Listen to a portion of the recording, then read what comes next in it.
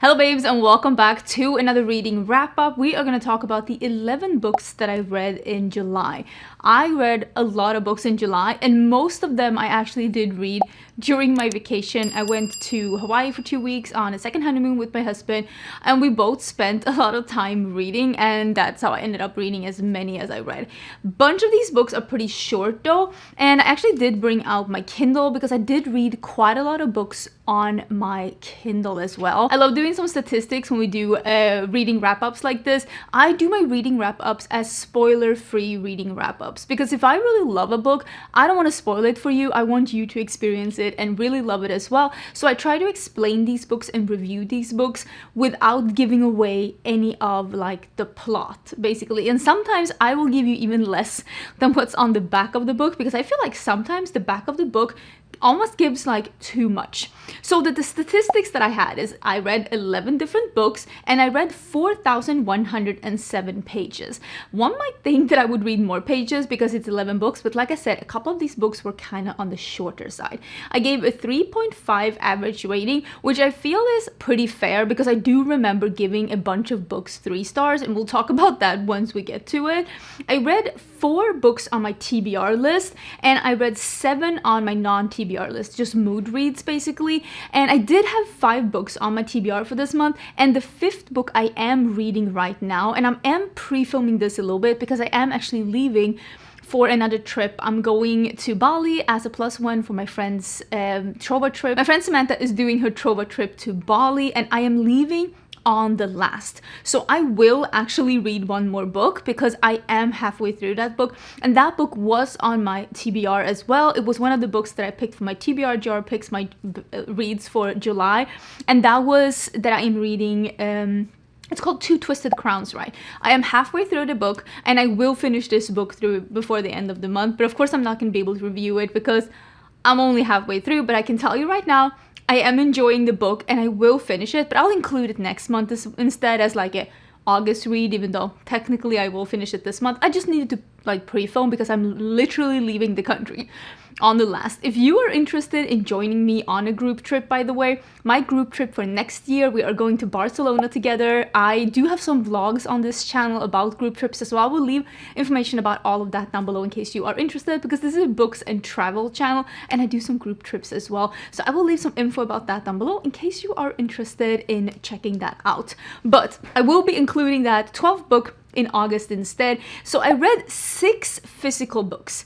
And I did bring some books actually to Hawaii, and then I read 5 books on my Kindle. I do have Kindle Unlimited, and I feel for a little bit I haven't been totally utilizing that, but I will say for next month I have so many good books on my Kindle, so I am so excited to be reading those as well.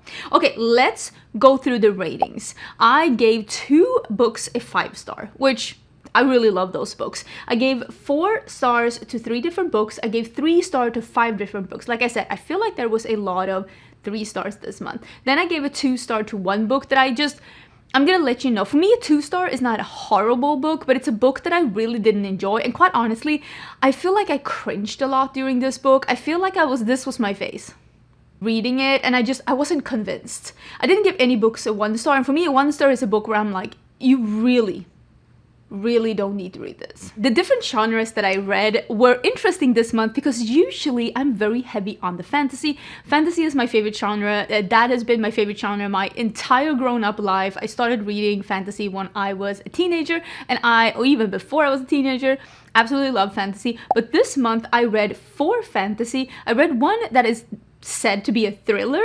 I read 1 contemporary romance, 4 cowboy romances. Technically, those are contemporary romances too, but I wanted to break it out as a single category because I have been in my cowboy era this month. And then I read 1 historical romance that actually used to be, for some years, that was my favorite genre, and I wanted to try to get into it a little bit more. Should we start with that book? And I can talk about that book because that is a book that I did bring a physical copy to Hawaii, and that is The Duke Who Didn't by Courtney Milan. I used to love historical romance, like love with capital letters, adore. I was obsessed. I read several months, and I just thought that it was just so swoon worthy. I loved the times. This one I gave this one a 3-star because this one fell a little flat for me because, quite honestly, I don't like the female main character in this one. This is about a daughter of an immigrant. This is set in England, and it's a daughter of an immigrant that came in from Asia via... I was thinking it was via the Caribbean, if I'm not mistaken, but basically gets left in England, and she lives in a community with a lot of other immigrants, either like first step or second step. And she lives in a community, and her father lives in a community together with other immigrants in, again, old-time England. And she meets this guy that he is the Duke, but he isn't telling anyone he's a Duke. He's living under this false identity because he doesn't want the responsibilities of being a Duke, and he is half Chinese, and he's just feeling very like he doesn't fit in anywhere. And the reason why I gave this one a 3-star is that, in a way, I don't dislike the sentiment of this book. You know, honor thy family, money doesn't matter, and like all of these things. But there are 2 things that I didn't like about this book. First, the female, I don't like her. She is uptight and annoying, and you know, sometimes when you read a book you're like, oh, we would be such good friends. We would not. I wouldn't like her in real life, which is why I couldn't jive with her. Not my thing. And this book starts out, first chapter starts out with you finding out that these 2 people are already in love with each other, and they kind of know that as well. He knows that she's in love with him. She knows that he's in love with her. But still, there is this really long runaround. And I don't like that going in like that, especially not when you're going to make a full book out of it. So I don't hate the book. It is just wasn't my preferences, which is why I gave it a 3-star. It's not a bad book. It's just things that I don't love in a book. Let's then do the book that is said to be a thriller. This is like a little bit of like, it's a Dan Brown origin, it's a little bit of a mystery. I gave this book a 4-star. This is actually set in Spain, and it starts out in Bilbao. Is that how you pronounce it? I don't know if that's how you pronounce it. I'm so sorry if it's not. And then they set off to Barcelona, which is where my group trip is heading off to. And I'm so excited when I started reading this book and I like realized that they're heading off to Barcelona. I'm like, this is serendipity. I even talked about it in my Hawaii vlog that is already live, where I'm like, I can't believe they are heading to where my next group trip is, and they're going to like Sagrada Familia. They're doing all these things where I'm just like, this is so cool. I really like this book. Someone said that they like Dan Brown's book. Someone of you left a comment saying they really like Dan Brown's book, but this didn't feel as smart. And I do agree with that.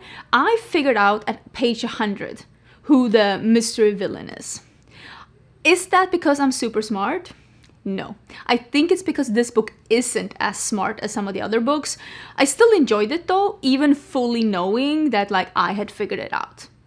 And again, I don't think that's because I'm super smart, but I still did enjoy it. I gave it a 4-star, and I thought that this gave me a little bit of a, oh my god, I'm so excited about the next Dan Brown book. That comes out pretty soon, actually. I think it's releasing in September, the next Dan Brown book, and I'm like, you know what? I think I'm ready. I think I'm ready for the next Dan Brown book. Okay, let's do the contemporary romance as well, and then we'll have and then we will have the 4 fantasy and the 4 cowboy romances left. Okay. Do you remember last month when I talked about Anna Huang's Twisted Love and I gave it a 1-star and I said this made me want to throw the book against the wall? So, when I did my TBR jar picks my books, I pulled a prompt that was like a book with a royal. This is a princess and her bodyguard. This is like a made-up little country in Europe, and she is a princess. And again, I'm not gonna read what's on the back of the book because I do think that it actually gives away a little bit too much of the plot. Or does it?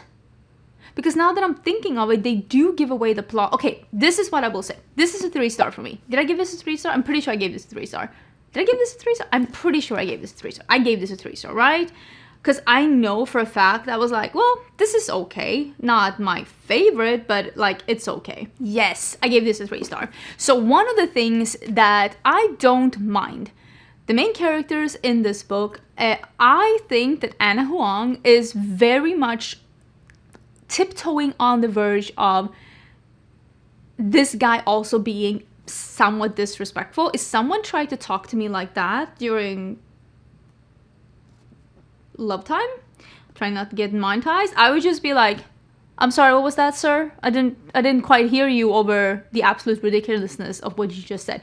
I just feel like she is almost writing men to be like, oh, strong and just, but they end up being a little disrespectful, and I don't love that myself. Again, maybe that says something about the life that I've been living, but I just don't love that. And also, like, I just remembered now because I was like, oh, I'm not going to give away too much of the plot. And I realized in the first book of this one, they give away what happens halfway through this book. And I remember reading this book and being like, wait, how far back in time are we? Because if there's one thing I don't like, is reading a book where I know what's going to happen. I have a really hard time with that. That is why I can't read books after I've seen the movie or after I've seen the series, because I just can't wrap my head around, I know what's gonna happen. And people will always be like, oh, it's a little different. It's not different enough. It is not different enough. And in the first book, they give away some of the plot in this one, and I don't love it. So I'm not really gonna say what this is about, but if you have read the first book, you already know. Which is just, again, it's like, I want to be a spoiler-free review, but like the author already spoiled it kind of in the first book. But there is like a little bit of intrigue, political intrigue, and there is like a little bit of like, oh, I don't really want to be a royalty, I just want to be a normal girl. But at the end of the day, it is falling a little flat. But at least I didn't want to throw this book against the wall, so we have that. Let's do the cowboy romances as well, and then we can get into the fantasy. So one of the cowboy romances that I read was Training the Heart by Paisley Hope, and this is the second book in, what is the series called? Silver Pines novel. I really like the way that Paisley Hope writes feelings. She makes people feel human. She makes you believe in their intentions and believe in their feelings.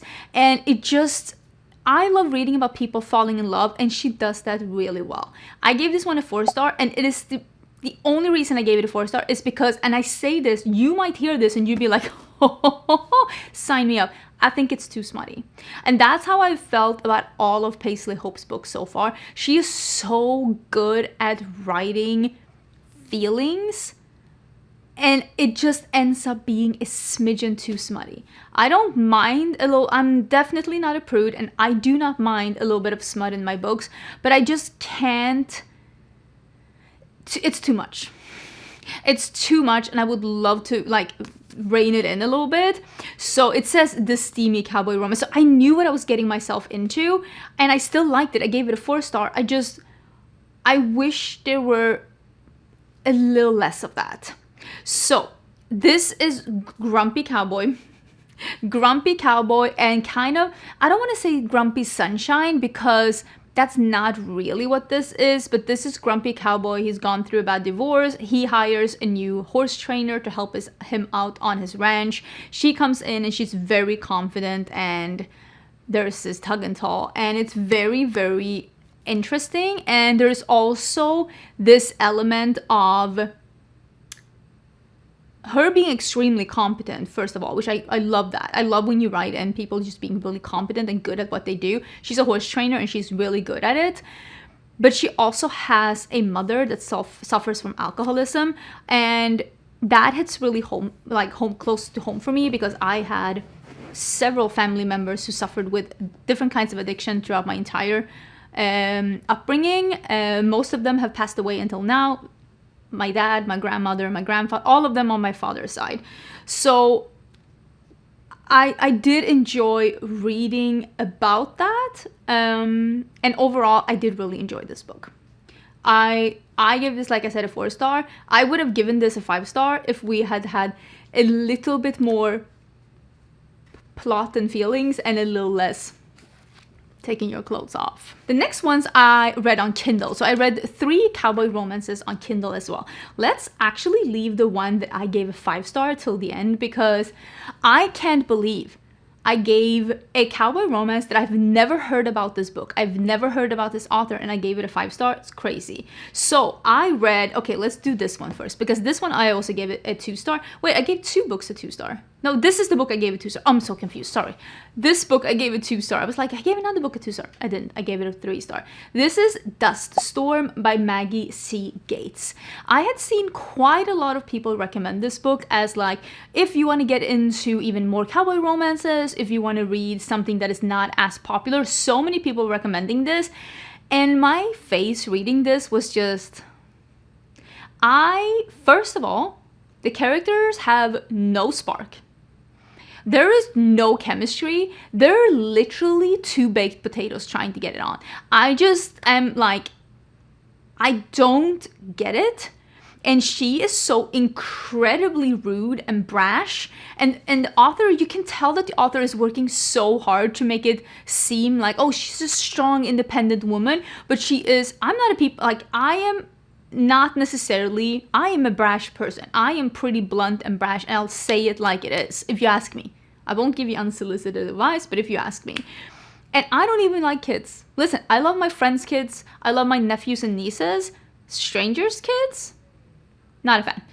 But she is straight up rude to kids. And that's where I'm just like,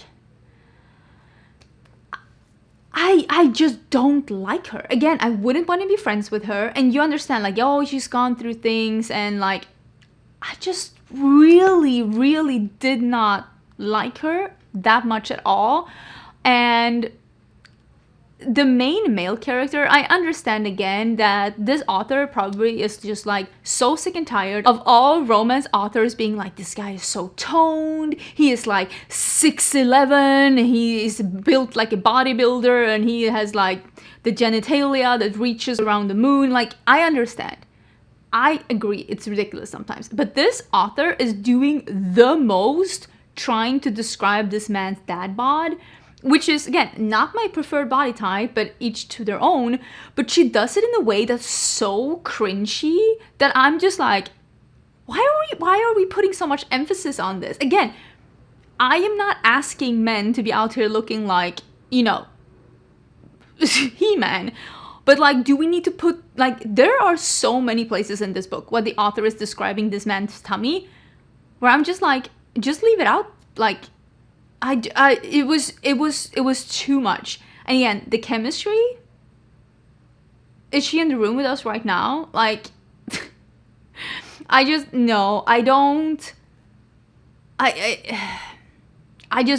felt like this book was lacking a lot of things. And also, this last third of this book is starting up the plot for the next book, which is also like, are we already done with the story of this book to the point where we're just starting up next book? I just felt like it was, and they had this, there were so many cringy moments, and I can't even talk about them without like spoiling the plot. But there are like manipulation, there is like just, he's putting down an ultimatum and she kind of folds, and I didn't even like her, but I still felt bad for her. And it was just like, you know when you read romance novels and it's like, oh, I broke up with this guy, we were so in love, I thought we were gonna be it, but I realized that we weren't meant to be together? That's this storyline. You can tell this is not a happily ever after. You can tell that one of these days, one of these people are gonna wake up and be like, this was a bad idea. Because it didn't add up, it didn't make sense. So I didn't hate it, but I also like, that was not for me. Okay, that was not my cup of tea. The second one I last was Cash by Jessica Peterson. I actually pre-ordered this on Amazon because I thought the cover was like really cool and I was super excited about reading this one. I gave this one a 4-star. I really liked it. I liked it so much that I have already downloaded on Kindle the second part, and I want to read that when I'm on my next vacation. I if you want to get into a cowboy romance, or if you've read a lot of cowboy romance and you don't know where to go next, I would recommend this one. This is the Lucky River Ranch, and this is City Girl written a little bit more. This makes a little bit more sense. This is City Girl who's been brought up by her mom. She finds out her dad passed away and she is going to get the will read up, and she's been told she is inheriting his ranch, which is the Luck Ranch. Also, actually out in Hill Country, Texas. I live in Texas, if you didn't know. So I thought that was really cool. She lives in Dallas with her mom and her dad got divorced when she was a kid, and she lost contact with her dad. And she's actually really upset with her dad that they lost contact. Again, hit really home with me because I did not have the best contact with my dad for other reasons. So she comes back to this small town in Hill Country, and she's kind of upset with her dad. She's also feeling guilty that they didn't resolve anything before he died. And she's there to have her will read up, and she meets Cash, who is the, like, what do they call it? Like the boss on the ranch that her dad had. The ranch foreman, grumpy cowboy Cash Rivers, which used to be her neighbor, and he is now the foreman on his father's ranch. And there is a lot of like, this is not even a grumpy sunshine, because she's kind of grumpy too, and she doesn't want to be on the ranch because her dad put in the will, you cannot inherit his ranch if you don't live on the ranch. You have to live on the ranch for at least a year, and she's not loving that at all. And honestly, I really like this one. I really like this book, and I liked, again, how this author was able to make it convincing that the city girl actually wanted to be eventually in Hill Country, because it's a romance book. We all know what's gonna happen. And when she's on the ranch, she's starting to think about, with her dad and everything, and it is just a really good book. And it's also a really good, she was brought up by her mom. She didn't have any contact with her dad at all, but she's finally like getting to know her dad again, unfortunately after he's already passed away.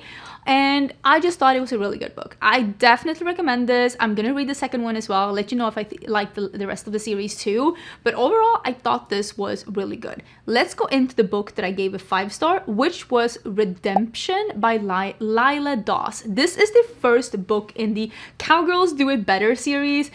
I ate this up. I looked at this cover and I was like, oh, this is going to be a happy, lucky go time. It's going to be like just a jihad good time. It is deep. This starts with the guy on the cover as a teenager, drunken driver kills her mom. That's how it starts. And so she is brought up, her and her sisters are brought up, there's a bunch of sisters, by then a widower, and it turns out he passes away. That's how the book starts. He passes away, this guy's let out of prison, and they both find out that their dad has been not living a secret life, but all the time since he's been in prison, because of course he goes to prison because of this, he comes out and she finds out that her dad has been going to prison to visit this guy, the drunken driver, this entire time, all of these years. And he said, when you get out, you should come to the ranch. And unfortunately, he ends up passing away before that happens. So when he shows up at the ranch, she literally sees red and attacks him. And that's how the book starts. And it is very interesting because she also realizes when her dad passes away that she inherits the ranch. And I think she has like 4 sisters still like somewhat living on the ranch, and she realizes this ranch is in the red. We need to make money real soon or I am gonna lose this, and she doesn't want to let anyone down. And he comes up in her life and she's of course so angry with him. They're about the same age. I think she's like 2 years older than him or something, and she remembers him from school, and he on his 18th birthday again, drunken driver and just unalives her mom. And there is just a lot of feelings and anger. And this book, I thought this was going to be a light, happy, lucky go time. This is how the book starts, and it starts out like with a bang, and I'm just like, whoa, this is not what I thought this book was going to be about at all. And again, I gave this book a 5-star. Is this a literally masterpiece? No. But this book deals with something that, again, it hits very close to home for me, but it also deals with, like, when have you paid your dues? When have you, like, actually, like, been punished for what you've done? How do you, not maybe even forgive, but how do you move on? If someone has done their time and come out and is a better person, how do you move on? When is enough enough? And it deals with grief also in a really good way, which also hit home with me because all of these sisters and everyone in this town and the main character themselves are all dealing with grief in a very different way, which I also feel is very, very refreshing, because I feel like sometimes the only way we're describing grief is either apathy or crying. And there are so many different ways to deal with grief. And I like that as well. I like that as well. And also, again, on a very personal level, but my dad did go to jail for drunken driver. He didn't hurt anyone. But this book just really made you realize that there are so many what ifs. And yeah, this book really dealt with grief and forgiveness, and again, just moving on, and I really liked it. I gave it a 5-star. Clearly I liked it, but I just really thought that this book hit home for me. I just left finishing this book feeling like, wow. Again, is it Hemingway? No, but like, for me, she was really able to portray something and made me feel something. So if you don't think that sounds like too heavy, again, it is still a cowboy romance, I definitely say give it a go.